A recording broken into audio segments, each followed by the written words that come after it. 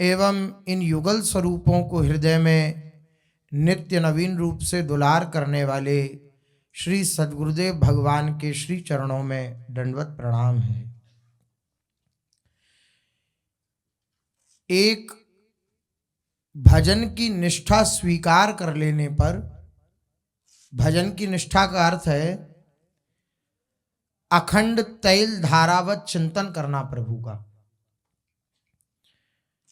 इसी निष्ठा को स्वीकार करने का गुरुजन आदेश देते हैं कि अपने जीवन में कोई भी ऐसा एक क्षण भी न हो जिससे हम भगवान की विस्मृति से युक्त हों। ऐसा अभ्यास करना चाहिए। इसी अभ्यास की सिद्धि है निरंतर तैल धारावत भगवान का चिंतन।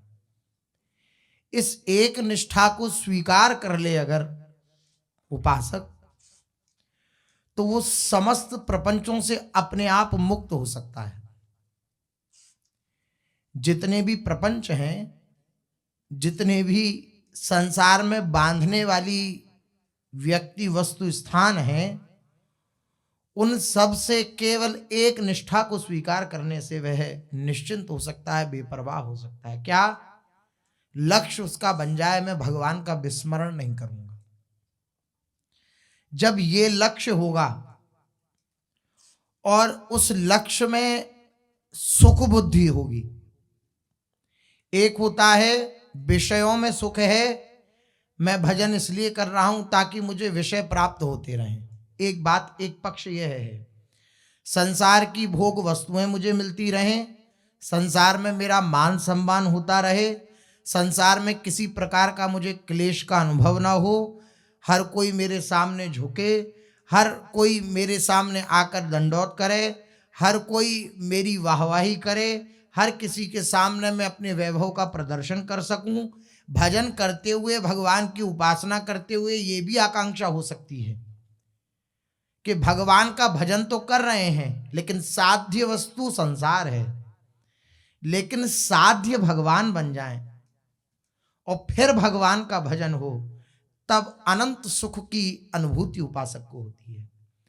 साध्य प्रभु को ही बनाना, प्रभु को प्रसन्न करने के लिए ही प्रभु का भजन करना, ये अत्यंत सौभाग्य की बात है, अत्यंत सौभाग्य की बात है। अन्यथा भगवान का भजन करने के बाद भी अगर कोई विषय भोगों की प्रति लोलुपता बनाए रखे, उन्हीं को प्राप्त करने की चाह बनाए रखे, तो उसे अंत में दुखी होना पड़ेगा। क्यों दुखी होना पड़ेगा? भजन जब भी समय अंतराल के बाद प्रकाशित होगा और उसका प्रभाव देखेगा कि इस भजन के प्रभाव से मैंने नाशवान वस्तुओं को स्वीकार किया, तो उसके हृदय में अत्यंत पश्चाताप होगा। उदाहरण श्री ध्रुव जी महाराज, भगवान का भजन किया और हृदय में वासना है कि सबसे उत्तम पद की मुझे प्राप्ति हो, तो भगवान ने सबसे उत्तम पद दिया, ध्रुव पद। सप्तऋषि मंडल भी उसकी परिक्रमा करते हैं, स्कूल में भी पढ़ाया जाता है। जो ध्रुव तारा है, ध्रुव तारा विराजमान है, सप्तऋषि मंडल उसकी परिक्रमा भी करते हैं, 7 तारे। तो इतने बड़े पद पर श्री ठाकुर जी ने उन्हें बिठा दिया। अब जब उन्हें इस बात का ज्ञान हुआ कि उन परम प्रभु को प्राप्त करने के बाद, जिनको प्राप्त करने के बाद कोई आकांक्षा नहीं रह जाती, उनसे मैंने इस सांसारिक सुख मांगे, सांसारिक पद प्रतिष्ठा मांगे, सांसारिक भोग मांगे, क्लेश हुआ है। भागवत जी में पढ़ेंगे आप ध्रुव जी के चरित्र में, तो ध्रुव जी को क्लेश हुआ है कि मैंने ये क्यों मांग लिया। कहने का तात्पर्य है, जब साध्य वस्तु भगवान ना होकर विषय होंगे तो क्लेश उठाना पड़ेगा। हाँ, भगवान अत्यंत दयालु हैं, कृपालु हैं, वात्सल्यमय हैं, तो जो आपके लिए उचित होगा वे आपको प्रदान तो कर देंगे। भजन के प्रभाव से आप जिद कर लें कि हमें ये चाहिए ही चाहिए, तो भजन में, तप में सांगोपांग भजन की पद्धति अपनाई जाए तो जो आकांक्षा होती है उसकी पूर्ति हो जाती है। लेकिन संसार की किसी भी आकांक्षा की पूर्ति आपके हृदय को प्रसन्न करने के लिए सक्षम नहीं है। इस बात को हृदय में धारण करना पड़ेगा। इस बात को सत्संग के प्रभाव से हृदय में धारण किया जाता है। ध्रुव जी महाराज को सत्संग प्राप्त नहीं हुआ था, इसलिए उत्तम को जब मार दिया यक्षों ने, तब युद्ध करने पहुंचे, तब आकर के महापुरुष जनों ने समझाया और कहा सत्संग करो। सत्संग किया तो भगवत प्राप्ति होने के बाद भी सत्संग नहीं प्राप्त था, इसलिए सर्वत्र भगवत दर्शन करने का, सब विधान मंगल में समझने के ये जो दिव्य सूत्र हैं ये हृदय में धारण नहीं हो पाए और इसलिए त्रुटि हो गई। भगवान खैर अपने भक्तों के द्वारा लीला विलास कराते हैं दूसरों को शिक्षा देने के लिए। ध्रुव जी तो परम भागवत हैं, लेकिन हम जैसों को शिक्षा दिलाने के लिए भगवान अपने भक्तों से लीला कराते हैं। कहने का तात्पर्य, जब सत्संग मिल जाता है तब सत्संग के प्रभाव से हमें मांगना भी आता है, वरना मांगना ही नहीं आता। राजा के पास जाए कोई गरीब आदमी जो नितांत गरीब है, खाने के लिए भी नहीं है उसके पास, तो वह अपनी स्थिति के अनुसार राजा के सामने जाके क्या मांगेगा? 2 वक्त की रोटी, 1 महीने का राशन, 1 साल का राशन अधिक से अधिक। उसकी सोच क्या हो सकती है? उसे भय लगेगा कि अगर मैंने ज्यादा मांगा तो ये कहीं बुरा ना मान जाए, तो इसलिए वो अपनी स्थिति के अनुसार मांगता है। लेकिन कोई चतुर, जिसे राजा ने किसी को सुख प्रदान किया होगा, उस चतुर व्यक्ति से जो मिलके आया होगा, वो कह देगा कि तुम राजा के ऊपर छोड़ देना, वो जो देना चाहें वे दे देंगे, उनको जो प्रिय हो। तो वो चतुर व्यक्ति कहता है कि आपको जो अच्छा लगे वे दीजिए। तो राजा जब अपने स्तर से देगा तो क्या देगा? ये भगवान के ऊपर छोड़ देना, भगवान के ऊपर अपनी परिस्थिति, भगवान के ऊपर अपनी अनेक प्रकार की कामनाएं, इच्छाएं सब छोड़ देना। आपको जो अच्छा लगे वे आप मुझे प्रदान करिए। तो भगवान को क्या अच्छा लगता है? भगवान को ये अच्छा लगता है ये जो जीव भटका हुआ है ये पुनः मेरे पास आ जाए। भगवान को ये प्रिय है। भगवान के ऊपर जब छोड़ दिया जाता है तो भगवान अपनी प्रिय वस्तु प्रदान करते हैं। क्या? अपनी सन्निधि। और अपनी सन्निधि प्रदान करने के लिए वे क्या प्रदान करते हैं? सत्संग प्रदान करते हैं। इनकी कृपा से महापुरुषों का संग, महापुरुषों का सत्संग प्राप्त हो जाता है। और सत्संग के प्रभाव से ये बात समझ में आती है कि भजन से मुझे भजन की आकांक्षा करनी है, भजन से मुझे भगवान की आकांक्षा करनी है, भजन से मुझे विषयों की आकांक्षा नहीं करनी, विषयों की लालसा नहीं करनी, विषय नहीं मांगने। अपने इंद्रिय लोलुप चित्त के द्वारा जो मैं इंद्रियों को भोगने में सदा लालायित रहता हूं, तो इंद्रिय सुख मुझे प्राप्त नहीं करने भजन से। भजन से मुझे भगवान का वह दिव्य चिन्मय स्वरूप का साक्षात्कार करना है, जो भजन का फल है। भजन का फल है नित्य निरंतर भगवान की स्मृति बने रहना। जब सत्संग के प्रभाव से ये दृढ़ निष्ठा आ जाती है कि भगवान में पूर्ण सुख बुद्धि हो जाए, संसार के प्रति दुख बुद्धि हो और भगवान में पूर्ण सुख बुद्धि हो जाए, तब वह उपासक समस्त प्रपंचों से मुक्त हो जाता है। उसे मुक्त होना नहीं पड़ता। उस निष्ठा के कारण, भजन की निष्ठा के कारण वे स्वतः मुक्त हो जाता है। आप एक साधारण सा उदाहरण देखिए। किसी को बहुत बड़े पद की प्राप्ति की इच्छा हो, IAS PCS आदि बनते हैं जैसे जो, तो कोई कुछ भी कहता रहे, कोई किसी प्रकार से आपको किसी त्योहार में बुलाए, किसी प्रकार से किसी पार्टी में बुलाए, लेकिन कहीं जाने की ये जब इच्छा हो गई, दृढ़ता हो गई कि मुझे अमुक पद प्राप्त करना है, तो वो दिन रात लगकर उसके लिए मेहनत करता है और कोई भी बाधा उसको बाधित नहीं कर पाती। बाधा उसी को बाधित कर पाती है जो अपने लक्ष्य के प्रति प्रमाद धारण करता है। अन्यथा किसी का दृढ़ निश्चय हो कि मुझे ये पद प्राप्त करना है, तो आप देखिए दिन रात मेहनत करता है, ना कहीं घूमने जाना, ना कुछ खाना, ना कुछ पीना, ना किसी प्रकार की कोई किसी वार्ता करना, ना कहीं ऐसी जगह बैठना जहां समय का बर्बादी हो। वो हर समय ये प्रयत्न करता है मैं ज्यादा से ज्यादा समय अपने लक्ष्य के लिए दूं। तो 12-12, 13-13, 14-14 घंटा पढ़ता है। तो एक छोटे से लक्ष्य को प्राप्त करने के लिए, एक छोटे से पद को प्राप्त करने के लिए, उस पद की प्राप्ति के लिए जब दृढ़ता हो गई, तो बीच में आने वाली बाधाओं को वो चुटकी भर में तिरस्कृत कर देता है, छोड़ देता है। वो बाधा उसको बाधित नहीं कर पाती। तो जब भगवत प्राप्ति का लक्ष्य हो जाएगा, जब ये निष्ठा हो जाएगी कि मेरा लक्ष्य अखंड चिंतन है, भगवान की अखंड स्मृति है, तो बीच में आने वाली बाधाओं को छोड़ने के लिए आपको हृदय में क्लेशित नहीं होना पड़ेगा। आप आनंदित होंगे कि अरे अभी मैं ये छोड़ रहा हूं, मुझे इसका फल बहुत अद्भुत मिलने वाला है। जैसे एक साधारण विद्यार्थी करता ही अपने लक्ष्य को प्राप्त करने के लिए, या कोई भी किसी भी फील्ड में मेहनत करे, तो वो उस समय कुछ नहीं देखता, खान पान सोना जागना कुछ नहीं देखता। हर समय अपने लक्ष्य की प्राप्ति के लिए लगा रहता है कि मुझे अगर वो प्राप्त हो गया तो मैं निश्चिंत हो जाऊंगा, मैं जो चाहता हूं वो मुझे प्राप्त हो जाएगा। यद्यपि उसको वो प्राप्त हो या ना हो इसमें संशय है, संसार के लिए वो दिन रात लगा रहे, उसको वो प्राप्त हो या ना हो इसमें संशय है, लेकिन भगवान के लिए इस प्रकार दृढ़ता से लग जाते हैं तो निश्चित निश्चित निश्चित प्रभु मिलते हैं। ऐसा है। इसलिए जब दृढ़ता इस बात की स्वीकार कर लेंगे हम कि हमारा जो लक्ष्य है, हम लक्ष्य बहुत छोटा बनाते हैं, अपने मन की चाल आपको निवेदन कर रहे हैं, लक्ष्य बहुत छोटा बनाते हैं। लक्ष्य इतना है, गुरुजी ने कहा है 11 माला करनी है, एक बार चतुरासी जी का पाठ करना है, और ये करना है, ये दिनचर्या है। बस ये जहां हुआ, बस मन फ्री कि आज का तो हो गया।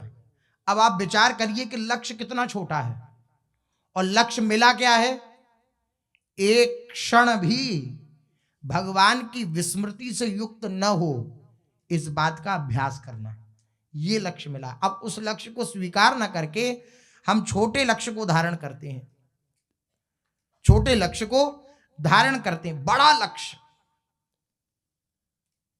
लक्ष्य ऐसा लक्ष्य होगा जब, तो फिर चैन ही नहीं मिलेगा। और बीच में आने वाली बाधाएं जब आप उनसे छूटना चाहेंगे तो किसी प्रकार का आपको दुख नहीं होगा, क्योंकि अभी आपके लक्ष्य की प्राप्ति नहीं हुई। क्या लक्ष्य है? भगवान का अखंड चिंतन। तो ये जो एक निष्ठा है भगवान के अखंड चिंतन की, ये सारे प्रपंचों से मुक्त कर देती है। वो ना ज्यादा किसी से बोलेगा, ना ज्यादा किसी से बात करेगा, ना किसी से ईर्ष्या करेगा, ना किसी से राग करेगा, ना किसी से द्वेष करेगा, ना किसी प्रकार की किसी की हानि करना चाहेगा, ना किसी प्रकार का किसी से लाभ वृत्ति रखना चाहेगा, ना किसी से अमर्ष करेगा, ना किसी से कुछ प्राप्त होने के बाद वो हर्ष को न धारण करेगा, ना किसी प्रकार की कोई आकांक्षा, कोई दोष उसके अंदर नहीं होगा। केवल इस बात से कि मुझे भगवान का स्मरण करना है। वो सदा डरता रहेगा कि मेरी स्मृति तो नहीं छूट गई। तदर्पिता अखिलाचारिता तद विस्मरणेन परम व्याकुल तेति। ये सबसे उत्तम बात है। अगर ये आभास भी हो गया क्या मैं भगवान को भूल गया, तो व्याकुल हो उठा, चित्त व्याकुल हो उठा कि नाथ में आपको भूल गया क्या? नाथ संभालना संभालना संभालना। इस प्रकार से वो अपने लक्ष्य के प्रति व्याकुल रहता है। जब तक लक्ष्य के प्रति व्याकुल नहीं हुआ जाता, दृढ़ नहीं हुआ जाता, तब तक ये सारे दोष बार बार गिराते रहते हैं। हमारी स्थिति ऐसी है कि हम अपने लक्ष्य को दृढ़ नहीं कर पाते, इसलिए सारे दोष हमें बार बार पटकते रहते हैं। जब लक्ष्य दृढ़ होगा ना, तो गिरी हुई स्थिति में भी भगवान की स्मृति होगी, भगवान का आश्रय होगा, भगवान का भरोसा होगा। इसी बात को भगवान कह रहे हैं, मेरे भक्त का एक लक्षण है मुक्तः, विकारों से सर्वथा छूटा हुआ। मेरे भक्त का लक्षण है मुक्तः, हर्ष अमर्ष भय उद्वेगैर मुक्तो यो सच में प्रिय।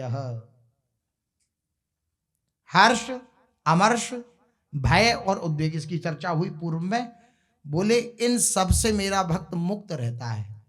मुक्तः, मुक्ता वो वाली मुक्ति नहीं कि वे मुक्त हो गया, नहीं, उस मुक्ति का आदर भक्तों के जीवन में नहीं है। यहां तो मुक्ति भी मुक्त हो जाती है। ब्रजमंडल देश ऐसा है। मुक्ति कहे गोपाल सो मेरी मुक्ति बताए, ब्रज रज उड़ मस्तक लगे तो मुक्ति मुक्त है जाए। ये ब्रजमंडल की महिमा है। यहां मुक्ति को कोई नहीं पूछता। घर घर भटकत मुक्ति बावरी, कमलही को बतरावे, जो पे वृंदावन रस भावे।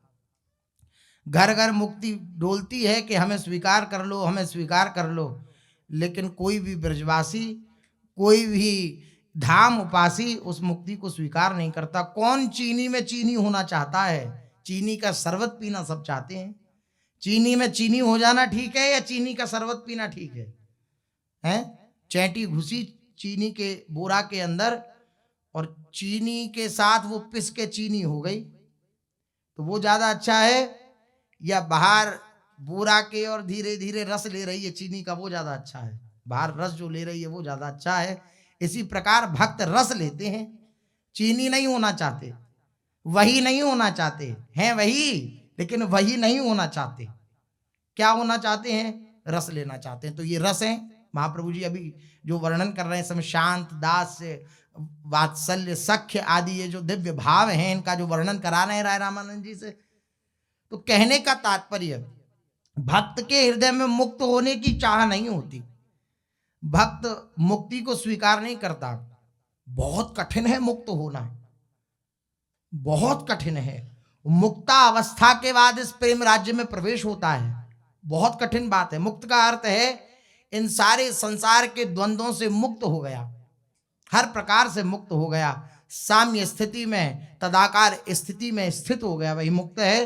बहुत कठिन है मुक्तावस्था। लेकिन क्यों इस प्रकार से, जैसे आप किसी से प्रेम करते हो और उससे मिलना चाहें और कोई उसमें बार बार बाधा उत्पन्न करे, या ये लगे कि अगर इस व्यक्ति ने कुछ लीला कर दी तो बाधा उत्पन्न हो जाएगी, मैं अपने प्रेमास्पद से नहीं मिल पाऊंगा, तो आपके लिए वो सबसे बड़ा दुश्मन होगा कि नहीं होगा? इसी प्रकार भक्तजन डरते हैं इस मुक्ति से कि ये मिल गई तो प्रिया प्रीतम का दिव्य रस मिलना कठिन हो जाएगा। ये रस की धारा वहां से देखने पर ऐसा कि, लेकिन मुक्तावस्था बहुत आवश्यक है। मुक्तावस्था जब तक नहीं होती, शांत रस जब तक नहीं होता, शांत रस नींव है। इस नींव के बिना ये रस के महल खड़े नहीं होते हैं।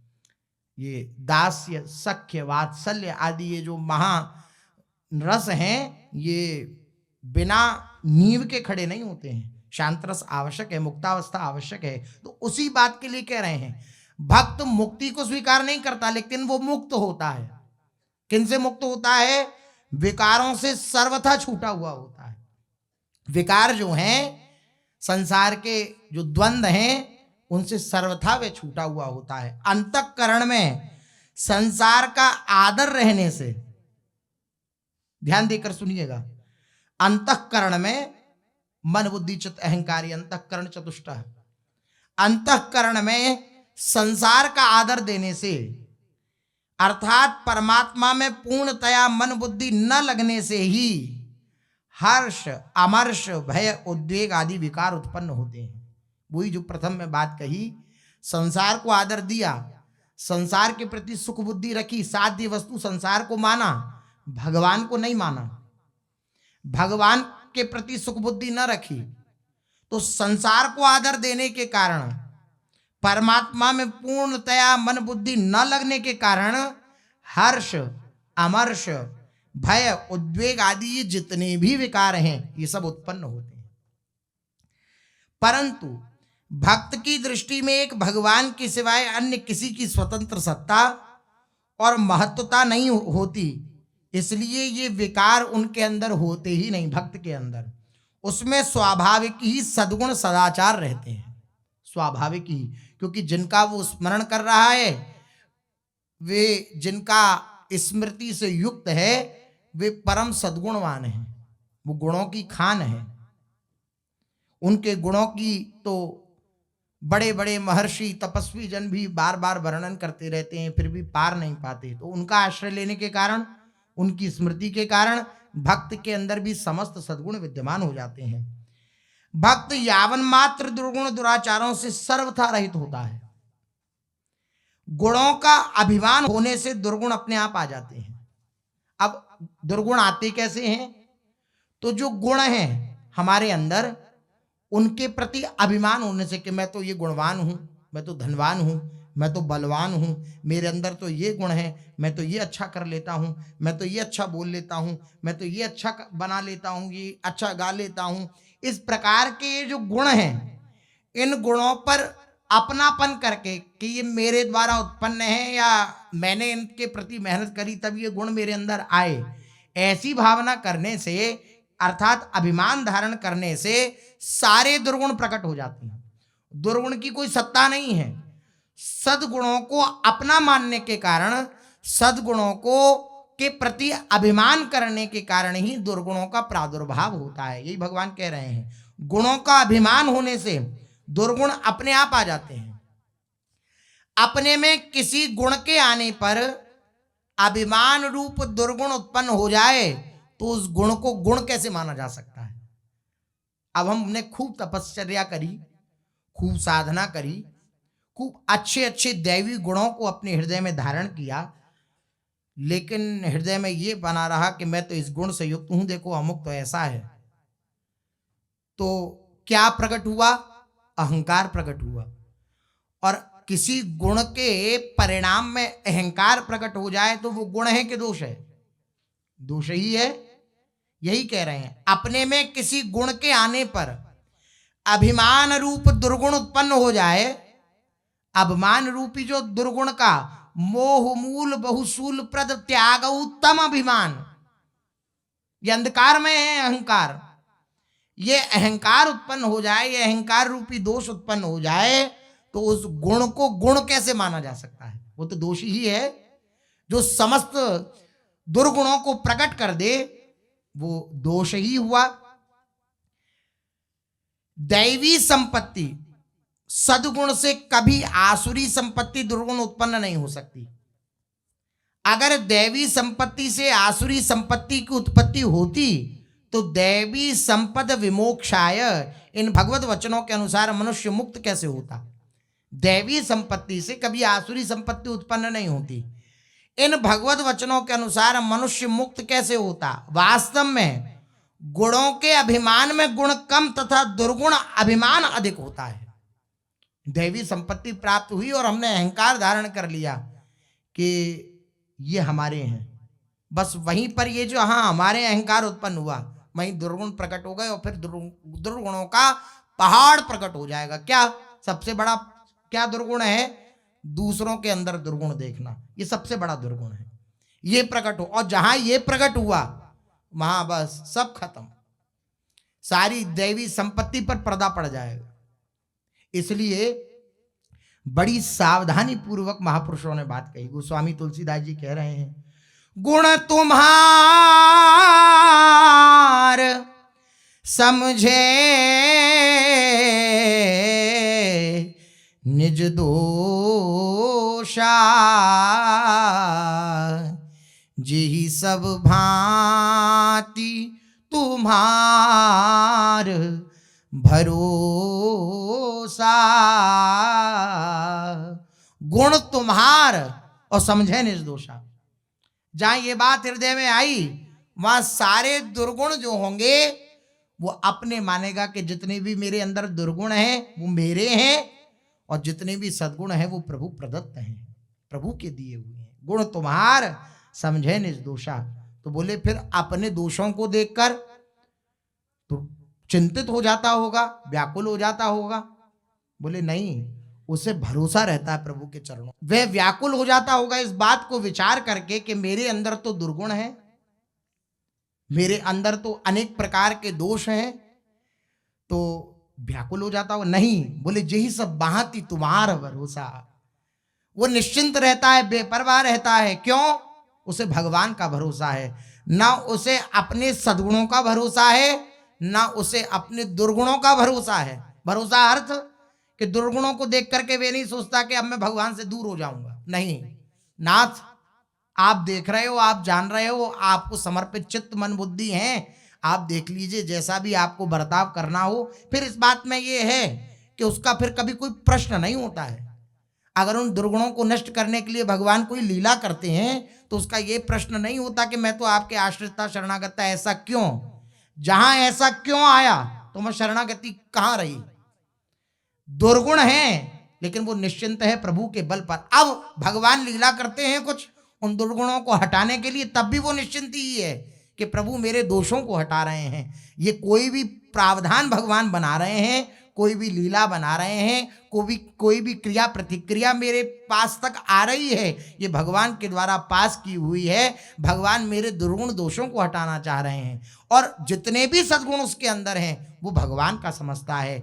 इसलिए भक्त मुक्त होता है, क्योंकि वो अपने सद्गुण नहीं समझता, वो भगवान के सद्गुण समझता। यही कह रहे हैं, वास्तव में गुणों के अभिमान में गुण कम तथा दुर्गुण अभिमान अधिक होता है। अभिमान से दुर्गुणों की वृद्धि होती है, क्योंकि सभी दुर्गुण दुराचार अभिमान के ही आश्रित रहते हैं।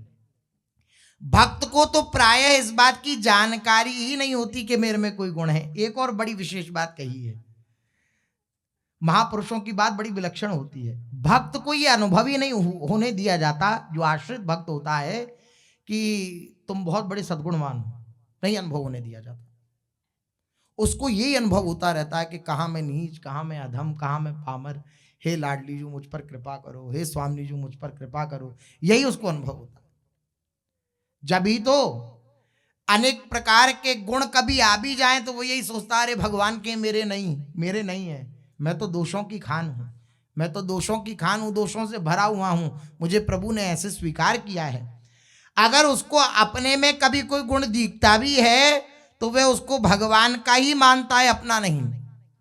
अगर कभी दिख भी जाए उसे गुण, पहले तो प्रभु अनुभव नहीं करने देते।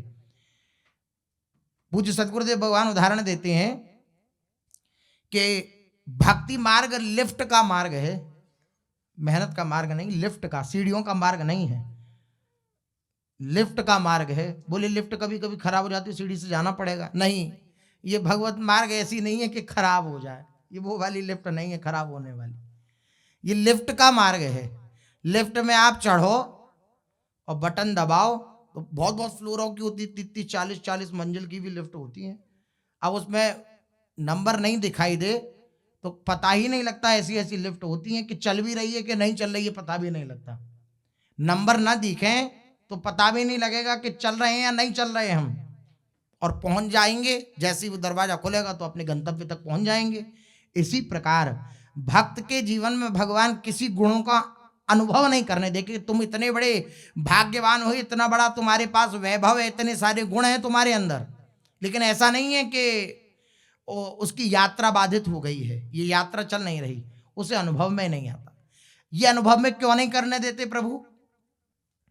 क्या कारण है इसका? कहीं इन गुणों को धारण करने से मेरे भक्त के अंदर अहंकार आ गया तो ये अहंकार इसका सर्वनाश कर देगा। अहंकार मुझे पसंद नहीं है। देखिए श्री नारद जी महाराज लीला करके दिखा रहे हैं, समस्त दोषों से मुक्त महापुरुष हैं, लेकिन एक गुण ये मान लिया कि मैं काम विजयी हूं। भगवान शंकर को तो क्रोध आ गया था काम को देखकर, मतलब विकार उत्पन्न हो गया, क्रोध रूपी विकार आ गया, और उन्होंने अपना तीसरा नेत्र खोल के काम का विध्वंस कर दिया। लेकिन देखो मेरे अंदर तो स्फुरणा भी नहीं उठती है। ये बात आई, अब जहां गुण आया और उसे अपना समझा, वहां दोष उत्पन्न हो गया। क्या दोष आ गया?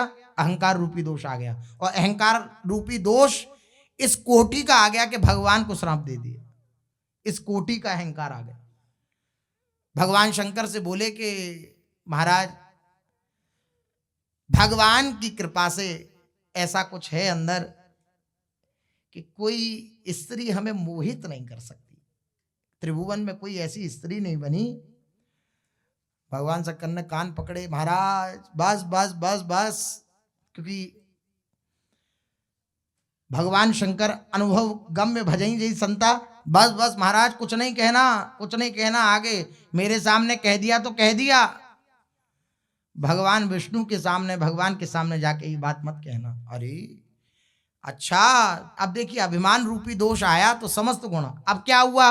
नहीं हम तो कहेंगे जाके, तो कहा जाके भगवान विष्णु के सामने भगवान मुस्कुराए और हासो जनोन्माद करीची माया, भगवान जहाँ मुस्कुरा जाते हैं वहाँ माया का प्रसार फैल जाता है। और इस पूरी लीला है, सबने कई बार गुरुदेव भगवान के मुख से सुनी है कि पूरा उनके हृदय में एक राजकुमारी के प्रति आसक्ति जागृत हो गई। देखा उसके हाथ में कि इससे जो विवाह करेगा वो सब गुणों से संपन्न होगा, अनंत उसके पास ऐश्वर्य होंगे, अमर होगा, अजर होगा। ऐसा उन्होंने कहा अब तो मैं ही ब्याह करूंगा। अब भक्त हैं, अनन्य भक्त हैं, तो भक्त का ये सबसे बड़ा गुण होता है कि अच्छा हो या बुरा हो वो अपने प्रभु के पास ही जाता है। तो बोले अब मुझ बाबा जी को तो कौन देखेगा, तो अच्छा सा स्वरूप मिल जाए। और अच्छा स्वरूप किसका है, भगवान से अच्छा स्वरूप किसका हो सकता है, तो उन्हीं का स्वरूप मिल जाए। तो गए, नाथ मैं आपके समक्ष आया हूं, आप मेरे ऊपर कृपा करिए, मेरे हित की बात आप कर दीजिए, जो मेरे लिए उचित हो, हित युक्त हो वह आप कर दीजिए। जे विधि होए नाथ हित मोरा, करऊ सुबेगी दास में तोरा। आप मुझे अब कह रहे हैं शब्द को, लेकिन हित जो अंतर चिंतन में उनके वो यही है कि विवाह हो जाए। शब्दावली जो है वो ये है कि जे विधि होए नाथ हित मोरा, करऊ सुबेगी दास में तोरा। अगर इतनी छूट दे दी थी तो परिणाम में क्लेश नहीं होना चाहिए था। अगर ये छूट दी तो परिणाम में क्लेश नहीं, क्लेश क्यों हुआ, क्योंकि हित की एक मान्यता बैठी हुई थी कि ऐसा होगा तभी मेरा हित होगा। इसलिए बाद में जो ये अब भगवान अत्यंत वात्सल्य से युक्त हैं, उन्होंने कहा हित ही नहीं जय विधि होई है, परम हित नारद सुनो तुम्हार। तुम्हारा हित ही नहीं परम हित होगा। बोले क्या चाहते हो, मुझे आपका स्वरूप, हरि का स्वरूप मिल जाए। तो हरि बंदर को भी कहते हैं। भगवान ने कहा तथास्तु। अब वो तो फूले हुए कि मुझे तो हरि का स्वरूप मिल गया, आप कौन मुझे तिरस्कृत कर सकता है। जैसे ही देखेगी वो युवती मेरे गले में माला डाल देगी। गए सभा में, भगवान शंकर के पार्षदों को बस बंदर स्वरूप दिख रहा था, बाकी सबको नारद जी का स्वरूप दिख रहा था। अब उस रानी को भी बंदर का स्वरूप दिख रहा था। अब गए, जाकर के बैठे वहां पर। आई वो राजकुमारी थी वह, और आई माला लेकर के, पहले ही सबसे पहले बैठे नारद जी। तो जो राजा देखता है नारद जी को उठ के खड़ा हो जाता है कि महर्षि नारद जी आए हैं, विराजमान होइए। राजकुमारी आई जयमाला डालने को, तो ये बंदर किसने बिठा दिया यहाँ पे, मरकट देह, ऐसा बंदर का देह, भयंकर देही, भयंकर स्वरूप। बोले इस वरमाला को पहनाने के लिए ये कौन बंदर बिठा दिया है यहाँ पे। तो आगे बढ़ी, नारद जी ने सोचा हो सकता है दृष्टि ना पड़ी हो, तो उचक के फिर आगे गए। जहां जाते वो राजा उठ जाता। अब बहुत देर हो गई, इतने में देखा कि श्री ठाकुर जी महाराज आए ठुमकते हुए, और वो राजकुमारी गई, माला पहनाई, और ठाकुर अब क्रोध में लाल नारद जी महाराज बोले जीवन भर भजन किया, जीवन भर इनका गुणगान करते रहे, कभी जाकर के ये थोड़ी सी हृदय में एक आकांक्षा हुई कि एक पत्नी मिल जाए, उसको भी इनको सहन नहीं हुआ हमारा सुख, और इन्होंने ये लीला कर दी, खुद लेके चले गए। तो भगवान शंकर के पार्षदों ने कहा पहला अपना स्वरूप देख लो। क्या, तो देखा स्वरूप तो ऐसा विशाल का है, बंदर का स्वरूप। अब तो भाई क्या कहना, नाराज हो गए। और फिर पूरा प्रसंग है, भगवान विष्णु तक को श्राप दे दिया कि जैसे मैं स्त्री वियोग में दुखित हुआ हूं ऐसे तुम भी होगे, और जिस मरकट देह को तुमने मुझे प्रदान किया ये बंदर ही तुम्हारा सहयोग करेंगे। जब श्राप दे दिया तब हरि माया दूर निवारी, तहां न रमा न राजकुमारी, तब त्राहिमाम हुआ। बोले नाथ ये तो बड़ी गड़बड़ हो गई, आपको श्राप। बोले मम इच्छा कह दीन दयाला, मेरी इच्छा थी इसलिए ऐसा हुआ। जाओ जपऊ जाए शंकर सतनामा, तुम्हारा उनके प्रति अपराध, उन्होंने मना किया था मत कहना, लेकिन कह दिया। कहने का तात्पर्य है जहां किसी प्रकार का गुणाभिमान आया, किसी को किसी गुण को देख करके आया कि मैं इस गुण से युक्त हूं, वहां जहां अभिमान आया वो अभिमान समस्त दोषों को प्रकट कर देता है। और समस्त दोषों को जहां प्रकट किया वहां और अहंकार बढ़ता चला जाएगा। इसलिए भगवान अपने भक्त को अनुभव ही नहीं होने देते कि तुम किसी गुण से युक्त हो, तुम्हारे अंदर कोई गुण भी हैं नहीं, वो सदा ये दिखाते रहते हैं कि देखो तुम्हारे अंदर ये दोष, तुम्हारे अंदर ये दोष। तो भक्त अत्यंत अत्यंत दैन्य होकर के बार बार प्रभु से प्रार्थना करता रहता है, नाथ मुझ जैसे अधम को स्वीकार कर लेना, नाथ मुझ जैसे अधम को स्वीकार कर लेना। भक्त को तो प्राय इस बात की जानकारी नहीं होती है कि मेरे अंदर कोई गुण है। अगर उसको अपने में कभी कोई गुण दिखता भी है तो वह उसको भगवान का ही मानता है कि भगवान का ही गुण है। मेरा मुझ में कुछ नहीं, जो कुछ है सो तोर। मेरा मुझ में कुछ भी नहीं है, जो कुछ भी है मेरे अंदर वो आपकी कृपा प्रसाद है, आपकी कृपा की झांकी है। अपना नहीं मानता वह भक्त। इस प्रकार गुणों का अभिमान न होने के कारण भक्त सभी दुर्गुण दुराचारों विकारों से मुक्त होता है। भक्त को भगवान प्रिय होते हैं, इसलिए भगवान को भी भक्त प्रिय होते हैं। भगवान ने यही बात कही इस श्लोक में कि जिससे कोई भी प्राणी उद्विग्न क्षुब्ध नहीं होता और जो स्वयं भी किसी प्राणी से उद्विग्न नहीं होता, तथा जो हर्ष अमर्ष भय और उद्वेग से रहित है, वह भक्त मुझे अत्यंत प्रिय है। इस श्लोक की यह व्याख्या। अब जो अगला श्लोक श्री भगवान बतला रहे हैं, इस अगले श्लोक में भी 6 लक्षण भगवान ने बतलाए हैं। अनपेक्ष शुचिर दक्ष उदासीनो गतव्यथः सर्वारंभ परित्यागी यो मद भक्त समे प्रिय। अद्भुत वार्ता है, श्री भगवान ने अद्भुत लक्षणों का वर्णन किया है। तो इनकी चर्चा आगे चलते हैं। महाप्रभु श्री चैतन्य देव जी का चरित्र अपने लोग श्रवण कथन कर रहे हैं, जिसमें अपने लोगों ने श्रवण किया श्री महाप्रभु जी और राय रामानंद जी की अद्भुत चर्चा चल रही है, जिसमें श्री महाप्रभु जी सर्वोत्तम स्थिति की बात को राय रामानंद जी के द्वारा प्रकट कराना चाह रहे हैं। इसलिए सब बातों को गौण करते हुए श्री महाप्रभु जी उच्चावस्था की बात को प्रकट करा रहे हैं। राय रामानंद जी से बार बार श्री महाप्रभु जी ने प्रश्न किया, दास्य भाव में ये बात, सख्य भाव में ये बात, वात्सल्य भाव में ये बात, इससे भी सर्वोपरि भाव राय रामानंद जी ने बताया गोपी भाव, गोपी प्रेम की ध्वजा। श्री महाप्रभु जी के सामने जब राय रामानंद जी ने गोपियों के प्रेम की चर्चा करी और उस भाव को सर्वोपरि बताया, तो श्री महाप्रभु जी नृत्य करने लगे और अत्यंत आनंदित होकर गाढ़ालिंगन किया, राय रामानंद जी का हृदय से लगा लिया। बोले, तुम अत्यंत सौभाग्यशाली हो राय रामानंद, तुमसे कुछ नहीं छुपा है।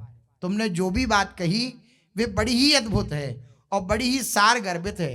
राय रामानंद जी ने कहा, महाप्रभु अब इससे बढ़कर, इससे ऊंचा कोई भाव नहीं है, इससे बड़ी कोई बात नहीं है, ये सर्वोपरि बात है। क्या? भगवान के प्रति कांता भाव। हम कांता हैं श्री ठाकुर जी की, गोपी भाव, जिसे इससे ऊंची कोई बात नहीं है। महाप्रभु विराजमान हुए और पुनः उन्होंने कहा कि हमें ऐसा प्रतीत होता है आपने मेरे को शुष्क हृदय जानकर या मुझे अनधिकारी समझकर पूर्ण बात नहीं कही है, क्या इससे भी ऊंची कोई बात है? राय रामानंद जी ने कहा, ये बार बार मैंने कह दिया कि इससे ऊंचा कोई भाव नहीं है। महाप्रभु अब किस भाव के प्रति इंगित करना चाह रहे हैं? एकदम बोल उठे राय रामानंद जी कि कहीं आप इसके बात के लिए तो नहीं कह रहे हैं, और उद्धृत किया श्लोक, अनया राधितो नूनम भगवान हरिरीश्वरः यन्नो विहाय गोविंदः प्रीतो यामन यद्रः। बस प्रभो, बस प्रभो, इससे आगे मैं अब स्पष्ट नहीं कह सकता। सार बात यही है, यही है, क्योंकि ये विषय अत्यंत गोप्य है। कौन सा विषय? उन लाडलीजू की शरणागति, जिन लाडलीजू की उपासना स्वयं ठाकुर जी महाराज करते हैं। जपत हरि विवश तव नाम प्रतिपद विमल, मनसी तव ध्यान ते निमिष नहीं टरिबो, मनसी तव ध्यान ते निमिष नहीं टरिबो। जो लालजू महाराज निरंतर श्री लाडलीजू के चरणों में दंडवत होकर प्रणत होकर के निरंतर उनका स्मरण करते रहते हैं, उनके नाम का गान करते रहते हैं विवश होकर के। कहीं आप उधर तो इशारा नहीं कर रहे। आपने कहा सर्वोपरि गोपी भाव, लेकिन आप इससे ऊंचे की भी बात सुनना चाह रहे। तो इसी बात को ध्रुवदास जी कह रहे हैं, तिन गोपीन ते दुर्लभ माई, नित्य बिहार सहज सुखदाई, या रस को तब ही अधिकारी, कृपा करें जब राधा प्यारी, कृपा लाडली तब ही करें, श्री हरिवंश जु कर सिर धरें। इस बात के प्रति तो आप इशारा नहीं कर रहे प्रभु। राय रामानंद जी ने कहा सर्वोपरि उपासना है श्री युगल सरकार के चरणार विंदों की उपासना। राधा किशोरी के प्राधान्य को लेकर श्री लाडली जी को हृदय में प्रधान रूप से धारण करके और वह श्री लाडली जू के प्रति जो लालजू आसक्त हैं, इस प्रकार की भावना करते हुए आप कहीं इस उपासना के प्रति तो नहीं कह रहे। गोप गोपिन आदि दुर्लभ ती सुखई दिन प्रति लहें, इधर तो इशारा नहीं, क्योंकि यह विषय अत्यंत गोप्य है महाप्रभु, मैं कुछ नहीं कह सकता। भगवान व्यासदेव जी ने भी इसे परम गुह्य समझकर अप्रकट ही रखा। श्री सुखदेव जी महाराज राधा नाम नहीं बोले, व्यास जी ने राधा नाम का केवल इस प्रकार से कि अनया राधितो नूनम, इस प्रकार से बर वर्णन किया, प्रकट वर्णन नहीं किया। लेकिन व्यास जी कह रहे हैं कि सुखदेव जी को जिस राधा नाम को प्रकट करने में भय था, क्या भय था कि अगर मैंने राधा नाम लिया तो मूर्छा षड्माशकी भवेत, राधा श्रवण मात्रेण मूर्छा षड्माशकी भवेत। राधा नाम का श्रवण करने से, बोलने से श्री सुखदेव जी को 6 महीने की समाधि लग जाती है। ऐसा राधा नाम के प्रति प्रेम है श्री सुखदेव जी का। कौन है सुखदेव जी? लीला शुकोयम वृषभानुजाया पवित्र चंचवा प्रिय चुंबनेन, एकांत को नन्य रहस्य पाठी गोलोक प्रासाद सदा निवासी। ये गोलोक धाम में विराजमान जो युगल सरकार है, वहां पर ही ये सुखदेव जी महाराज विराजमान है श्री युगल सरकार के समीप। और एकांतिक लीला जो है उसका वर्णन अपने मुख से करते रहते हैं। ये वह लीला शुक हैं, श्री लाडलीजू के लीला शुक हैं। तो जहां लाडलीजू का स्मरण आ जाता है वहां 6 महीने की समाधि लग जाती है। और अगर हमने राधा नाम लिया, 6 महीने की समाधि लग गई, तो परीक्षित का उद्धार कैसे होगा? परीक्षित को तो 7 दिन ही है, अगर हमें 6 महीने की समाधि लग गई तो इसका इसलिए राधा नाम का उच्चारण नहीं किया। लेकिन सुखदेव जी ने सार का सार जान करके इस बात को उद्घोषित नहीं करा। लेकिन व्यास जी कह रहे हैं कि अब तो व्यास बखान करत है, अर्थात व्यास जी कह रहे हैं कि अब मैं बिल्कुल प्रकट होकर के इस बात को कह रहा हूं, डार भार पर भार परम धन राधा नाम आधार। मैं प्रकट होकर के जो सुखदेव जी ने रहस्यमय बात को छुपा के रखा, उसको मैं प्रकट करके कह रहा हूं कि सबसे बड़ा परम धन श्री राधा नाम है। वही बात कह रहे हैं कि ये व्यास देव जी ने, श्री सुखदेव जी ने केवल संकेत मात्र से ही थोड़ा सा लक्ष्य किया है, बस इससे आगे मैं और कुछ नहीं कह सकूंगा नाथ।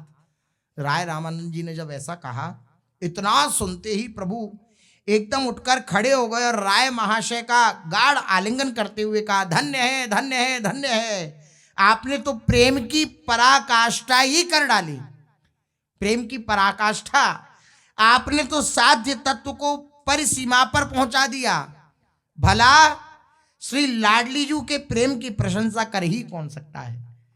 उनका ही प्रेम तो सर्वश्रेष्ठ है। प्रेम सर्वश्रेष्ठ है, वे प्रेम स्वरूप हैं। श्री लाडली जी कौन है?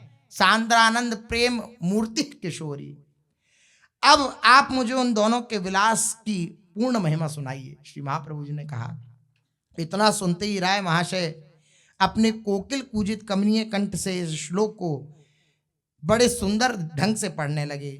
वाचा सूचित शर्वरी रति कला प्राग्लल भयाराधिका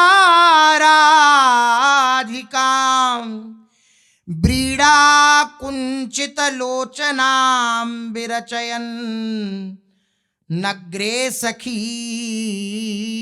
नाम सौ तद्वक्षोरुह चित्रकेली मकरी पांडित्य पारंगतः कैशोरं सफली करोति कलयन कुंजे विहारम हरि। बिहार का एक दिव्य श्लोक सुना जो महापुरुषों के चिंतन का विषय है। उस दिव्य श्लोक को, उस रास विलास की पराकाष्ठा का वर्णन श्री राय रामानंद जी ने कहा। प्रभु इसको सुनकर बड़े प्रसन्न हुए। महाप्रभु ने राय महाशय का जोर से आलिंगन किया और दोनों प्रेम से प्रमत्त होकर पृथ्वी पर गिर पड़े। ऐसी दिव्य अवस्था हो गई दोनों की। राय रामानंद जी के मुख से परम साध्य तत्व की बात सुनकर कहने लगे, श्री महाप्रभु जी, राय महाशय, आपकी असीम अनुकंपा से मैंने परम साध्य तत्व जान लिया। अब यह बताइए कि उसकी उपलब्धि कैसे हो। बिना साधन जाने हुए साध्य का ज्ञान व्यर्थ है, इसलिए जिस प्रकार इस महाभाव की प्राप्ति हो सके कृपा करके उस उपाय को आप बतलाइए। राय महाशय ने अत्यंत ही अधीरता पूर्वक कहा, प्रभु आप सर्व समर्थ हैं। मैं संसारी पंख में फंसा हुआ विषयी जीव भला साध्य साधन तत्व को, इस दुर्लभ रस को, राधा रस का वर्णन मैं अपने मुख से कैसे कर सकता हूं। किंतु मैं आपका यंत्र हूं, आप यंत्री हो। आपके द्वारा चलाया हुआ मैं चल रहा हूं। आप मेरे हृदय में जिस प्रकार के भाव प्रकट कराना चाहते हैं वैसा कराइए। मैं आपका यंत्र की भांति समादर करते हुए और आपकी वाणी का ही उद्धरण उद्घोषित करूंगा।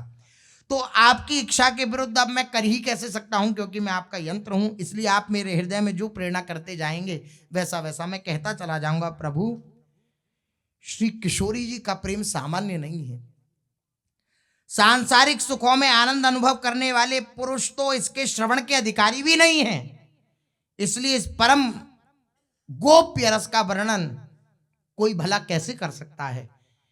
इसे तो केवल और केवल सहचरियों की शरण में आने के बाद प्राप्त किया जा सकता है, जो लाडली जू की निज दासी हैं। या रस को तब ही अधिकारी, कृपा करें जब राधा प्यारी, और कृपा लाडली तब ही करें जब श्री हरिवंश सुकर सिर धरें।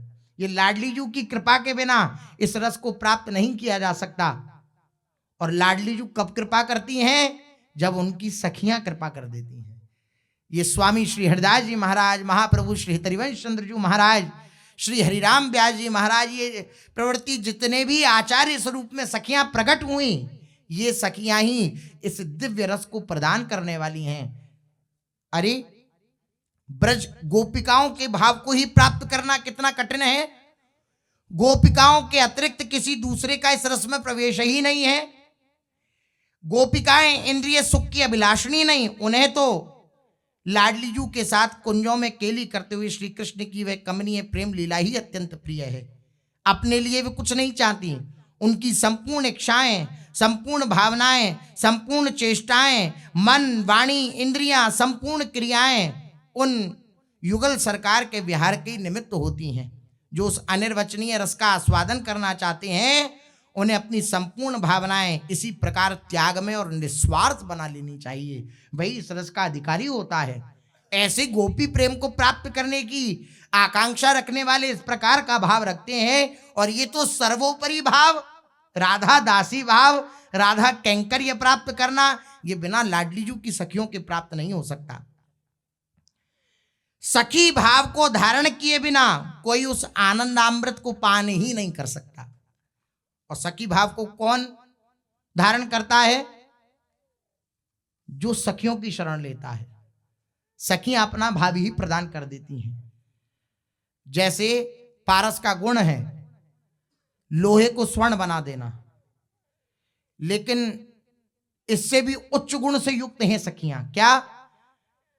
स्वयं पारस स्वरूप होकर पारस ही बनाती हैं, स्वर्ण नहीं बनाती।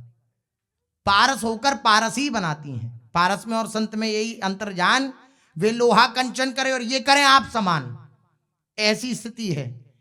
सखियां इनकी शरण में जो आ जाता है उसे अपना स्वरूप प्रदान कर देती हैं। अर्थात अपनी जैसी भावना है, अपनी जैसी निष्ठा है, अपनी जैसी सामर्थ्य है श्री युगल सरकार को प्रसन्न करने की, उस सामर्थ्य को सखियां अपने आश्रित जनों को भी प्रदान कर देती हैं। इसलिए सखियों की शरणागति के बिना कोई श्री लाडलीजू के इस परम रसमय रहस्य को नहीं जान सकता। ये सर्वोपरि उपासना है।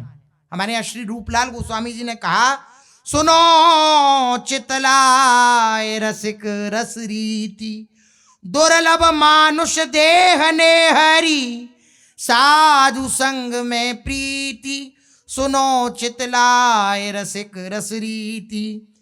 जन्म सहस्त्रन जो करिहारे, तप अरु ध्यान समाधि, क्षीण पाप अति शुद्ध हृदय मदि, उपजय भक्ति अबाध। कितना उत्तम और कितनी बड़ी स्थिति का रस है, आप ये विचार करिए। भगवान की कृपा से मनुष्य शरीर मिला और मनुष्य शरीर प्राप्त करने के बाद जो सहस्त्रों वर्ष तक, बल्कि सहस्त्रों जन्मों तक जब तप साधन आदि कर करके समाधि को प्राप्त होते हैं, जिनके पाप क्षीण हो जाते हैं, जिनका हृदय शुद्ध हो जाता है, तब जाकर के उनके हृदय में अबाध भक्ति का प्रादुर्भाव होता है। तब जाकर के सहस्त्र कोटि जन्मों के बाद जब हृदय पवित्र हुआ, उपासना पद्धति के द्वारा, ध्यान धारणा आदि के द्वारा समाधि को प्राप्त हुए, हृदय के सारे पाप कलुष नष्ट हो गए, हृदय शुद्ध हो गया, तब उनके हृदय में अबाध भक्ति प्रकट होती है, अभंग भक्ति प्रकट होती है। फिर उस साधन भक्ति को करते करते बहुत जन्म व्यतीत होते हैं। जब साधन भक्ति करत बहु जन्मनी, हो तजु ब्रज अनुराग। अब साधन भक्ति करी कई जन्मों तक, और उसके फलस्वरूप बहुत जन्मों तक उस साधन भक्ति के फलस्वरूप क्या प्राप्त होता है? इस ब्रज मंडल में जो श्री युगल सरकार की दिव्य लीला भूमि है, श्री ठाकुर जी की दिव्य भूमि है, इसके प्रति अनुराग जागृत होता है, इस ब्रज भूमि के प्रति। ताहू को फल विपिन उपासन, प्रेम प्रीति बड़ भाग। जब ब्रज भक्ति प्राप्त होती है, उसका भी फल है श्री वृंदावन की भक्ति प्राप्त हो जाना।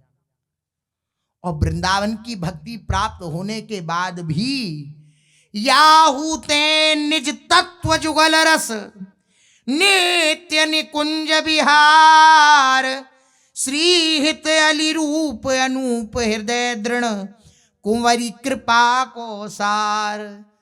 जब वृंदावन की उपासना करते करते लाडलीजू की कृपा हो जाती है, लाडलीजू की सखियों की कृपा हो जाती है, तब जाकर के जुगल तत्व को जान पाता है उपासक, और तब जाकर के उसे ये उपासना प्राप्त, इतनी ऊंची उपासना है। और ऐसा आपको क्या लगता है कि इतना सब करने के बाद जन्म सहस्त्रों और ये सब करके हमें मिला है क्या? नहीं, हमें तो ऐसे मिला है। श्री राधा बाबा कहते हैं, मैं तो ऐसे कृपा के समुद्र में डूबा कि मैंने कोई प्रयास नहीं करा, मुझे हेलीकॉप्टर से ले जाया गया और बीच में जाके कृपा समुद्र में ऐसे फेंक दिया गया, छोड़ दिया गया। ऐसे मुझे कृपा समुद्र का अवगाहन करने को मिला। तो बस वही वाली अपनी स्थिति है। अपने तो विषय पंख में पड़े। पंख जानते हैं किसे कहते हैं? ये शास्त्रीय भाषा है, पंख। पंख कहते हैं कीचड़ को। बोले हम तो विषय कीचड़ में पड़े हुए थे, लेकिन उसे विषय पंख से उठा करके श्री सद्गुरुदेव भगवान की वाणी ने, श्री सद्गुरुदेव भगवान ने उठा करके हमें सर्वोपरि उपासना में बैठा दिया। जैसे तिनका ज्यों बयार के बस, कोई तिनका होता है वो वायु के प्रवाह से कहीं मंदिर के शिखर पर जाकर बैठ जाए तो उस तिनके का क्या सामर्थ्य है, उस तिनके की क्या योग्यता है। ये कृपा की वायु आई और हम जैसे तिनके को उड़ा करके सबसे उत्तम उपासना, सबसे ऊंची उपासना में विराजमान कर दिया। ये केवल और केवल उनकी कृपा है, श्री लाडली जी की सखियों की कृपा है। उनकी कृपा के आश्रित होकर ही इस बात से आनंद मग्न रहना चाहिए और सदा इस बात का विचार करते रहना चाहिए कि हमें क्या प्राप्त हुआ है। हमें वह प्राप्त हुआ है जो सबके लिए दुर्लभ है। इस आनंद में मग्न रह करके लाडली जू की जय जयकार करते हुए अपने जीवन का यापन करना चाहिए। शेष चर्चा आगे। श्री राधा वल्लभ लाल की।